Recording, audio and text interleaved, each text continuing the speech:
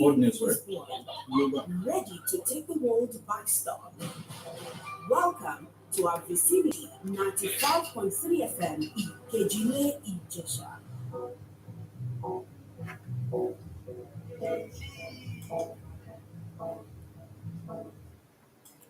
This is Vicinity 95.3 FM, Ikejile, Ijesha, Osun State.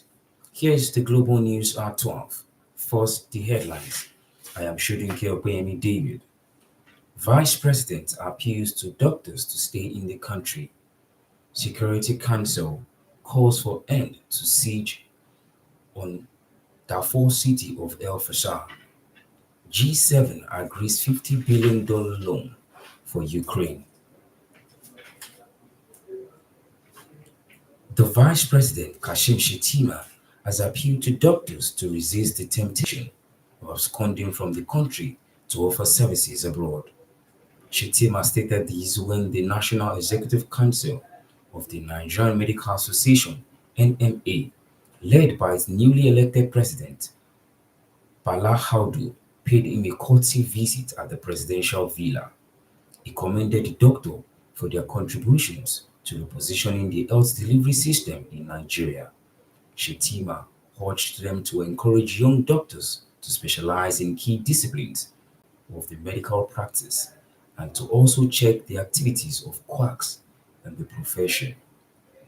On his part, the NMA president, Bala Audu, assured the vice president that the NMA would remain patriotic to the nation and would support the health policies of the government to improve healthcare delivery and access to health services for all Nigerians.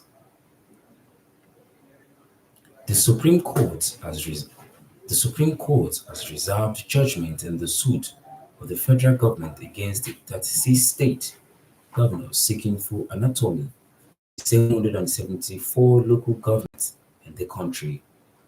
Justice Garba Lawal told the parties in the matter that they would be communicated once the judgment is ready.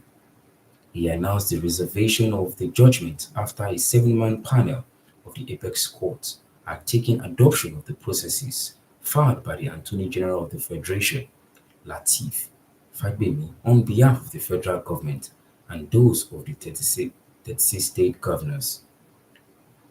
At the third proceeding, the AGF asked the court to grant all the relief sought by the federal government in the suit.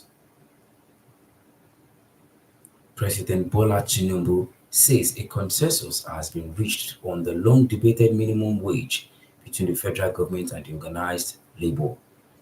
Tinubu revealed that an executive bill will soon be sent to the National Assembly to formalize the new minimum wage agreement. He emphasized that his administration chose a democratic approach over dictatorship in addressing the demand of the labor unions. The president vowed to ensure that no Nigerian is oppressed and urged Nigerians not to be weary but be hopeful of a better future. The global news is reaching you on Vicinity 95.3 FM, Ikejile, Ijesha, Osun State. The news will continue shortly.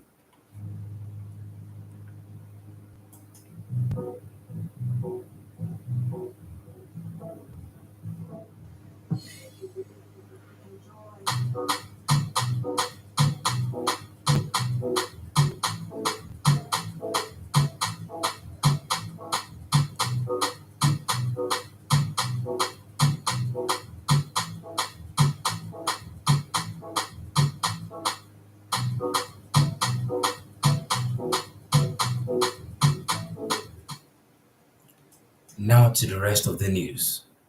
The UN Security Council has demanded that Sudanese paramilitary forces call off their 8-week siege of El Fasher, a city in the Darfur region. The Security Council yesterday adopted a British-drafted resolution with 14 votes in favor, while Russia abstained. In case you do not know, Sudan's army has been up in arms against the paramilitary Rapid Support Forces for more than a year. El Fasher is the latest major urban center in Darfur that is in the hands of the Sudanese army. The civil war has left thousands dead and millions without a roof over their heads. The group, the group of seven of world's richest agreed that the $50 billion loan be made available for Ukraine from Russia assets. The funds are meant to help Ukrainians fight Russia's forces. United States President Joe Biden made it clear that the move was to show Russia that the West has not backed down. The decision was taken at an ongoing summit being held in Italy. One of the high points of the meeting was the signing of a 10-year bilateral security deal between Ukraine and the United States. It was signed by the US leader Joe Biden and Ukrainian strongman Volodymyr Zelensky, who was in Italy for the summit. Under the move, the US will take all possible steps to defend Ukraine in the wake of any further attack from Russia. A reduction in gas supply in Ghana from Nigeria has forced the country's state-owned electricity company to announce a 3 week interruption of power supply. The gas reduction, which started on Wednesday, is a result of maintenance work being done by the gas supplier in Nigeria. The company has planned to manage the disruption to ensure that essential services were not interrupted throughout the period of the reduced gas supply. The interruption is coming 2 months after President Nana Akufo-Addo stopped the exportation of electricity to the next-door neighbors Togo, Burkina Faso and Benin Republic in response to local supply challenges. Indian authorities are making plans to take on the bodies of 40 nationals who died in a fire mishap at the residential building in Kuwait. The fire broke out on Wednesday in a building where dozens of migrant workers stay. It will interest you to know that two-thirds of Kuwait's population is made up of foreign workers, mainly migrant labor. Human rights groups have regularly raised concern over living conditions, which in most cases are very poor. Just before we go, a quick look at the major highlights of the news.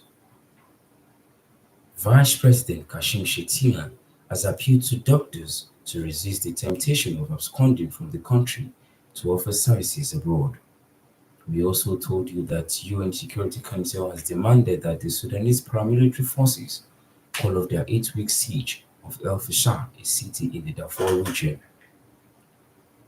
And you also heard that the group of seven of the world's richest nations have agreed that a $50 billion loan be made available to Ukraine from Russian assets.